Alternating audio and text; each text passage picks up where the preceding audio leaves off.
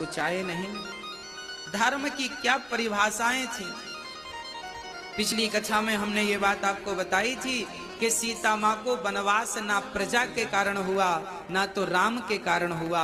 सीता माता को तो वनवास उन्हें श्राप के कारण हुआ। सीता माता जब छोटी सी थी तब उन्होंने एक छोटे से तोता और तोती को एक जंगल में गई, बगीचे में सखियों के संग खेलने। पद्म पुराण में ये लिखी है कथा। सीता माता जंगल में गई, वहां पर एक तोती और तोता पेड़ पर बैठे थे। वो दोनों राम कथा कह रहे थे, क्योंकि वाल्मीकि जी ने रामायण तब लिख दी थी जब राम जी का जन्म नहीं हुआ था। तो तोती तोता वाल्मीकि जी के आश्रम में रहा करते थे, वहां कथा हुआ करती थी। दोनों ने सुना। उड़ते उड़ते जनकपुर आए, पेड़ पर बैठे। संयोग से आज सीता नीचे बैठी हैं। छोटी सी थी उस समय, बहुत छोटी उम्र थी। खेलने आई थी सखियों के संग। सखियां तो दूर निकल गईं। सीता ने सुन लिया कि तोती बढ़िया सी राम कथा कह रही है। वो कथा क्या सुना रही थी? अयोध्या के राम होंगे, जनकपुर की सीता होगी, दोनों का विवाह होगा, राम धनुष तोड़ेंगे। और सीता ने कहा ये तो मेरी कथा सुना रही है। तब सीता माँ ने तोती को पीछे से पकड़ लिया, सोने के पिंजरे में घर लाकर बंद किया।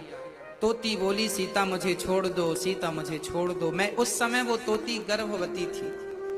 तोती ने लाख कहा, सीता ने कहा ना तुम कथा सुनाया करो। आज सीता माँ निर्दयी बन गई, तोती को नहीं छोड़ी। कुछ दिनों में ही बेचारी तोती जो जंगल में उड़ती थी, आज वो पिंजरे में कैद हो गई। तड़प तड़प के गर्भवती तोती मर गई। और जब तोती मरी तो तोती के भीतर से एक बद्दुआ निकली, जिसे हम लोग श्राप कहते हैं। पहले श्राप कहते थे, आज उसे बद्दुआ कहते हैं। हाँ, बद्दुआ ही एक श्राप है।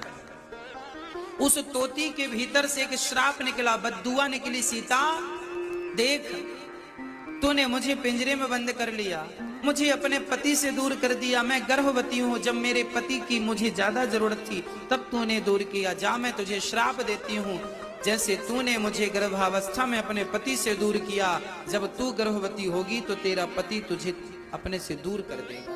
ये श्राप उस तोती का था। ये पद्म पुराण की घटना है, लिखी है। तो अब इस घटना को पढ़ने के बाद, समझने के बाद, सीता को उस तोती के श्राप के बाद अब आप प्रजा को क्या दोषी ठहराएंगे? आप राम को क्या दोषी ठहराएंगे? रामचरितमानस में एक चौपाई और है जो इस बात को पुष्टि करती है। को ना काहू को सुख दुख कर दाता, निज कृत कर्म भोग सब भ्राता। याद रखना।